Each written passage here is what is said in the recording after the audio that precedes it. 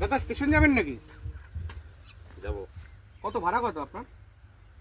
100 টাকা। কি মাথাটা খারাপ আছে নাকি? 100 টাকা ভাড়া এখান থেকে একটু? কততে যাবেন? 20 টাকায়? না 20 টাকা তো ভাড়া যেটা ন্যায্য সেটা নিন। সামনে ভাঙাচোরা ভ্যান পার্টি বসে রয়েছে, হ্যাঁ। ভ্যানে করে চলে চল। কি করে? ঠিক আছে যান যান, খুব দেমাগ হয়ে গেছে।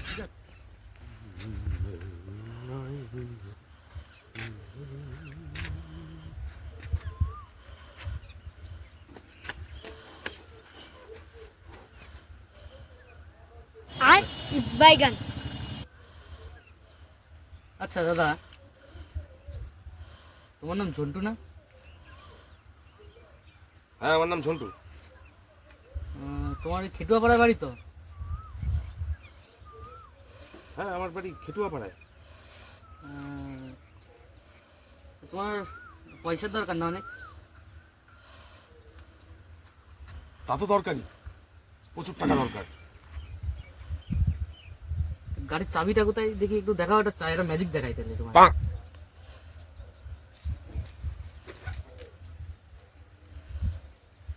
গাড়ির চাবি?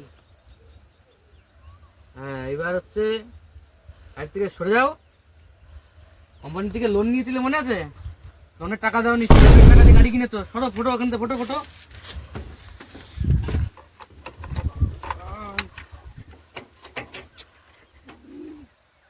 भाई मुझे माफ कर दो।